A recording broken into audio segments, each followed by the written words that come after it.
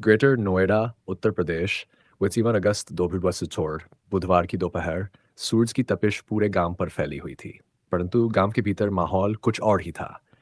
एक भयावह चीख, एक मासूम बच्चे की रोती आवाज और धुएं से भरे आंगन ने पूरे इलाके को दहला दिया था। निक्की भाटी, मात्र 38 वर्षीय महिला, जिसने अपने जीवन के कई साल पति और ससुराल वालों के अत्याचार सहते हुए बिताए, अब जिंदा जलाकर हत्या की शिकार हो चुकी थी। ये कोई सामान्य घटना नहीं थी। यह उन क्रूर सच्चाइयों में से एक थी जो हर दिन देश की सुर्खियों में जगह पाती है। दहेज की मांग और औरत के अस्तित्व से खिलवाड़। निक्की का विवाह ग्रेटर नोएडा के रहने वाले विपिन भाटी से हुआ था। शादी के शुरुआती साल कुछ हद तक सामान्य गुजरे, लेकिन धीरे धीरे उसके जीवन में अंधकार बढ़ता गया। ससुराल वाले लगातार दहेज की मांग करते रहे। पहले यह मांग मामूली दिखाई देती थी, कभी गहने, कभी पैसे। लेकिन धीरे धीरे ये जिद विकराल रूप लेती चली गई। निक्की की बहन कंचन, जिसकी भी शादी उसी घर में हुई थी, बताती है कि निक्की पर प्रताड़ना का सिलसिला खत्म ही नहीं होता था। कंचन ने रोते हुए मीडिया से कहा था, वो लोग निक्की से पीछा छुड़ाना चाहते थे। वो लोग विपिन की दूसरी शादी करना चाहते थे। निक्की को उन्होंने बोझ समझ लिया था। शुरुआत दहेज की मांग से हुई थी, लेकिन बाद में यह हत्या की साजिश में बदल गई। मुझे भी कई बार पीटा गया। जिस दिन निक्की को जलाया गया, उसी दिन मेरे साथ भी मारपीट की गई थी। मैं पूरे दिन बेहोश पड़ी रही और मेरी आंखों के सामने मेरी बहन की जिंदगी छीन ली गई। यह सब तब और भयावह हो गया जब इस पूरे कृत्य का गवाह बना निक्की का छोटा बेटा।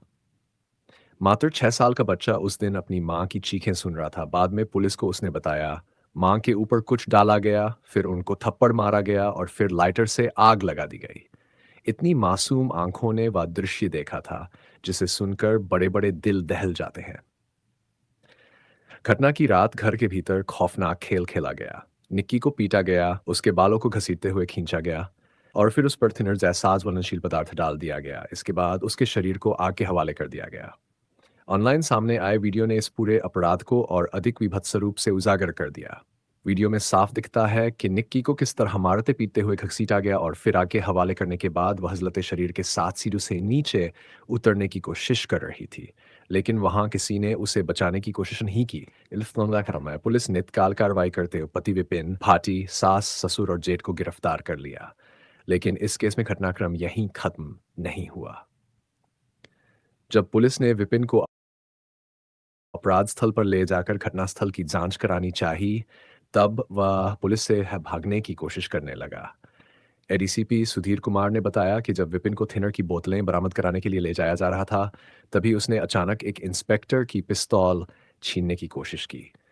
चेतावनी देने के बावजूद वह भागने लगा और पुलिस को मजबूरन गोली चलानी पड़ी। गोली उसके पैर में लगी और उसे अस्पताल में भर्ती कराया गया। निक्की के पिता ने इस घटना के बाद मीडिया से बात करते हुए कहा, पुलिस ने बिल्कुल सही किया। ऐसे अपराधी हमेशा भागने की कोशिश करते हैं। विपिन ने मेरी बेटी को जला दिया, उसे मौत के घाट उतार दिया।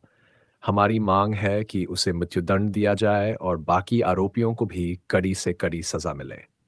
परंतु चौंकाने वाली बात यह थी कि गोली लगने के बाद भी विपिन ने किसी तरह का पछतावा व्यक्त नहीं किया।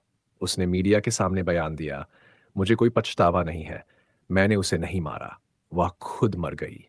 पति पत्नी में झगड़े होते रहते हैं, ये तो बहुत आम बात है। उसका ये बयान लोगों के दिलों में और ज्यादा आग भर गया। स्टीव में भी इस परिवार का काला सच उजागर हुआ था। जब विपिन को दिल्ली में किसी दूसरी महिला के साथ देखा गया था, उस वक्त परिवार ने ही उसकी जमकर पिटाई की थी। यही सब साबित करता है कि निक्की की हत्या कोई अचानक लिया गया कदम नहीं था, बल्कि एक सोची समझी साजिश थी। निक्की की मौत के बाद गांव में मातम का माहौल है। उसकी बहन कंचन अब भी सदमे में है और बार बार यही कह रही है, वो लोग मेरी बहन को जीने नहीं देना चाहते थे। वो चाहते थे कि वह घर से चली जाए या मर जाए। आज उन्होंने उसे सचमुच मार डाला। यह घटना केवल निक्की की हत्या की कहानी नहीं है, बल्कि यह उस समाज की हकीकत को सामने लाती है जहां औरत को अक्सर दहेज, रिश्तों और मर्दाना अहंकार की बलि चढ़ा दिया जाता है। सवाल ये उठता है कि कब तक ऐसी निक्की जैसी महिलाएं अपने ही घर में सुरक्षा और सम्मान की हकदार होते हुए भी जलाई जाती रहेंगी। ये पूरा केस अब पुलिस और न्यायालय के हाथ में है। लेकिन लोगों की नज़रें इस पर टिकी हुई हैं कि क्या निक्की को न्याय मिलेगा, क्या अपराधियों को सज़ा मिलेगी, या ये भी उन कई घटनाओं की तरह इतिहास बन जाएगा, जिनमें एक और महिला का जीवन समाज की क्रूरता के आगे खत्म हो गया। ग्रेटर नोएडा का यह हत्याकांड अब केवल एक परिवार का नहीं रहा, ये पूरे देश के लिए सवाल बन चुका है। निक्की की चीखें अब भी लोगों के कानों में गूंज रही हैं, और उसका 6 साल का बेटा जिसने अपनी मां को जिंदा जलते हुए देखा, अब शायद जिंदगी भर उस भयावह पल से पीछा नहीं छुड़ा पाएगा। इस पूरी कहानी को सुनाने का हमारा मकसद किसी के दिल को ठेस पहुंचाना नहीं है। यह दर्दनाक घटना हमें सिर्फ जागरूक करने के लिए है, ताकि हम समाज में ऐसे अपराधों को रोकने के लिए सजग रहें और किसी की जिंदगी अंधेरे में ना जाए। अगर आपको यह कहानी अच्छी लगी हो, तो हमारे चैनल को ज़रूर सब्सक्राइब करें और साथ ही इस वीडियो को शेयर करें, ताकि और लोग भी जागरूक हो सकें।